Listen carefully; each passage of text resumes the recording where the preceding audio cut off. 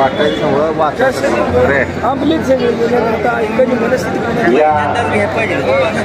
सांगोला नगरीच्या इतिहासामध्ये आज या भारतभूमीचे सुपुत्र महामानव भारतरत्न डॉक्टर बाबासाहेब आंबेडकरांचा पूर्णाकृती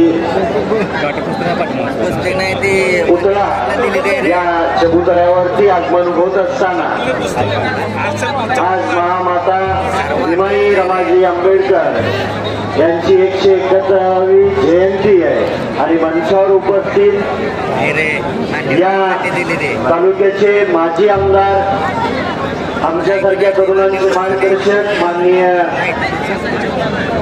ॲडव्होकेट शहाजीबाबू पाटील, मंचावर उपस्थित आंबेडकरवादी चळवळीचे सर्व नेते मंडळी आणि भारतरत्न डॉक्टर बाबासाहेब आंबेडकर जयंती उत्सव मंडळाचे अध्यक्ष, उपाध्यक्ष, संचालक मंडळ, मंचावरील सर्व मान्यवर, समोर बसलेले उपस्थित सर्व वडीलधारी मंडळी, तरुण सहकारी मित्रांनो, सर्वांना सर्वप्रथम जय भीम. जय भीम.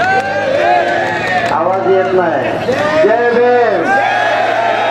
जय भीम. मला वाटतं सकाळपासून त्याला साथ देऊन भारतरत्न डॉक्टर बाबासाहेब आंबेडकरांचा या सांगोला नगरीमध्ये पूर्णाकृती पुतळा व्हावा याच्यासाठी सर्वांनी कष्ट घेतलं. बापूंनी सरकार दरबारी मागणी करून निधी उपलब्ध करून दिला आणि ज्या महामानवाने समता, बंधुता आणि स्वातंत्र्य हे आपल्याला संविधानाच्या माध्यमातून दिलं गेलं आणि त्या महामानवाचा पुतळ्याचा आगमन आज सांगोला नगरीमध्ये होते. हे तुम्हाला सर्वांसाठी या सांगोला नगरीच्या इतिहासासाठी ही अभिमानाची गोष्ट आहे. आज महामाता भीमाईंचा आज 171वी जयंती आहे.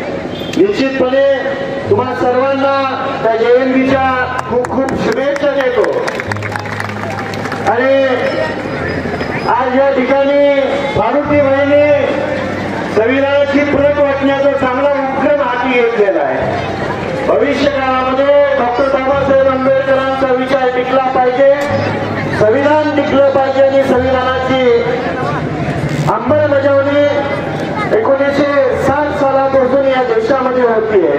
तो विचार टिकवण्यासाठी आपण सर्वजण भविष्य काळामध्ये काम करूया. बरंचसं काम अपूर्ण आहे.